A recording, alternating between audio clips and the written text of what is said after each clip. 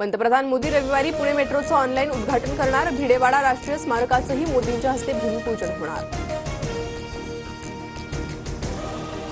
महाविकास आघाडी आज सकाळी 11 वाजता पुणे मेट्रोचं उद्घाटन करणार। मोदींचा कालचा दौरा रद्द झाल्यामुळे उद्घाटनावरून महाविकास आघाडी आक्रमक। उद्घाटनाला उशीर होत असल्यानं प्रवाशांचे हाल होत असल्याचा आरोप।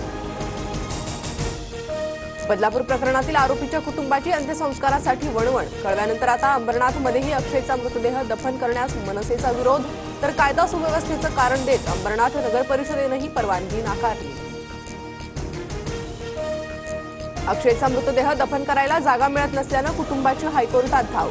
मुंबईत हायकोर्टात आज जागेसाठी अर्ज दाखल करणार। अक्षय शिंदेचे वकील अमित कटार नवरेंची माहिती। अक्षय शिंदेच्या एन्काउंटरवरून सरकारमध्ये श्रेयवादाची लढाई। शिंदे आणि फडणवीस दोघेही स्वतःला सिंघम समजत आहेत। संजय राऊतांचा टोला, तर सिंघम होण्याची स्पर्धा चांगली पण शक्ती कपूर होण्याची नाही। नितेश राणेंचं प्रत्युत्तर। जामखेड तालुक्यातील एसआरपीएफ केंद्राच्या लोकार्पणाच्या मुद्द्यावरून मोठा वाद। एसआरपीएफ केंद्रात जाण्यापासून रोखल्यानंतर रोहित पवार आणि पोलिसांमध्ये झटापट। काही काळ तणावाचं वातावरण।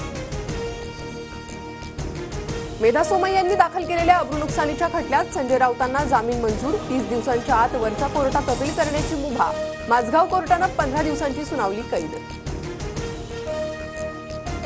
धर्मवीर 2 सत्य घटनेवर आधारित, सर्वांना आवडेल। धर्मवीर 3 येईल तेव्हा त्याची पटकथा मी लिहिणार।